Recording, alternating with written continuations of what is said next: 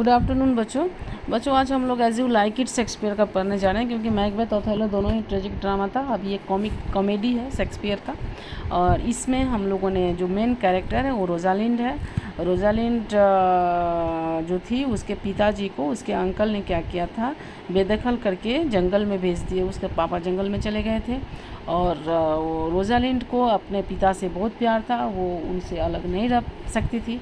तो उसने क्या किया था, उसने रोजालिंड ने भेष बदल करके, वो लड़के का भेष धारण करके वो अपने पिता से मिलने के लिए चली गई थी जंगल में। जैक्यूज एक यहाँ का बहुत ही कॉमिक कैरेक्टर है जो हमेशा सबको हंसाता रहता है। ऑरलैंडो हीरो है इस का, जो रोजालिंड से बहुत प्यार करता है और उसने रोजालिंड को पाने के लिए बहुत सारे पापड़ बेले।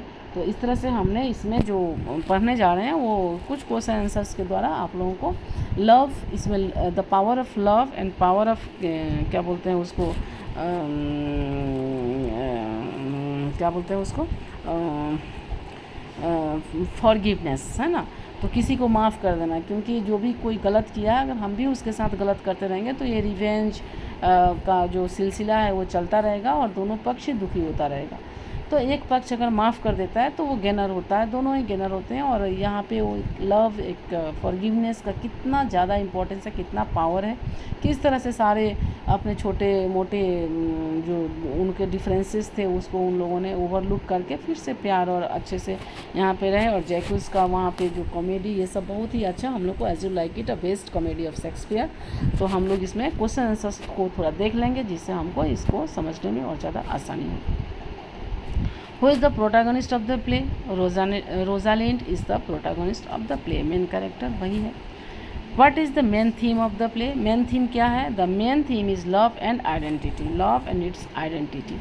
यानी प्यार क्या कर सकता है, प्यार से कितना कुछ बदल जाता है। What is the main theme of the play? The main theme is love and identity.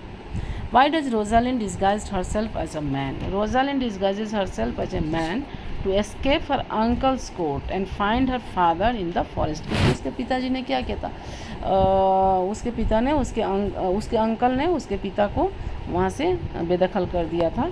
तो उसने, रोजालिंड ने कोई रिवेंज का नहीं सोचा, बल्कि वो वहाँ से एस्केप करके अपने पिता के साथ जंगल में खुश रहने का सोचा। किसी धन संपत्ति और राजमहल से कोई खुश नहीं रहता है, प्यार से खुश रहता है, फॉरगिवनेस से खुश रहता है।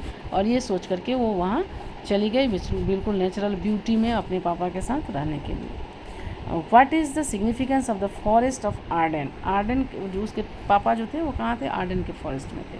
तो वहाँ पे बहुत सारे वहाँ पे वो हुए हैं जोक्स, क्या जूस टूस, इसके आँख में डालना उसके आँख में डालना, वो सारे बहुत सारे हुए हैं, उसमें हम लोग नहीं जाएंगे। The forest represents a place of freedom, love and transformation. जो जंगल जो है वो क्या है, वहाँ पे स्वतंत्रता, प्यार और मनुष्य का हृदय परिवर्तन होता है। एक नेचुरल ब्यूटी होता है, नेचर प्यार करना सिखाता है, प्रकृति एक दूसरे को माफ़ करना सिखाता है, प्रकृति में जा कर के लोगों के हृदय में परिवर्तन आता है। तो ये इम्पोर्टेंस है किसका, आर्डेन के जंगल का। Who is Orlando? Who is Orlando in love with? Orlando किससे प्यार करता था? Orlando is in love with Rosalind. Rosalind कौन थी?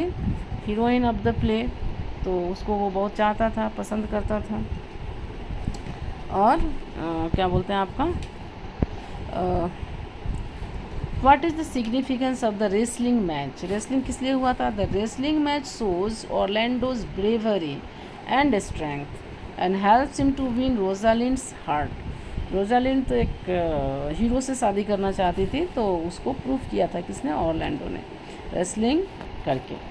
Who is Jacques? कौन था? Jacques is a melancholic and philosophical character who provides comic relief. जब भी थोड़ा टेंस्ड होता है सिचुएशन, उसमें जैक्यूज अपना रोल जो प्ले करके सब कुछ को फिर से लाइट कर देता है। What is the significance of the play's ending? क्या अंत में हमें क्या मिलता है इस प्ले को पढ़ के? The play's ending shows the power of love and forgiveness as all characters find happiness and reconciliation. तो हम लोगों ने इसमें देखा, एज यू लाइक इट में मैंने देखा, आप लोगों ने देखा कि ये जो प्ले है उसमें अगर कोई किसी को भी, चाहे वो जितना भी कुछ भी किया हो, अगर हम उसको माफ़ कर देते हैं तो उसके हृदय में भी उसका कुछ इफ़ेक्ट होता है। और जब हमारे दिल से लोभ, किसी चीज़ के साथ आसक्ति ख़त्म हो जाती है, फ्रीडम आ जाता है, नेचर से प्यार हो जाता है, प्राकृतिक वातावरण में हम रहना सीख जाते हैं। और तब क्या होता है, एक ऑटोमेटिक एक बहुत ही अच्छी खुशहाल ज़िंदगी हो जाती है और सारे एक दूसरे से मिलके प्यार से रहने लग जाते हैं। जबकि जहाँ पे जेलसी होती है, कॉन्स्पिरेसी होती है, चीटिंग होती है, तो वहाँ पे क्या होता है, डिस्ट्रक्शन होता है, बर्बादी होती है। Thank you.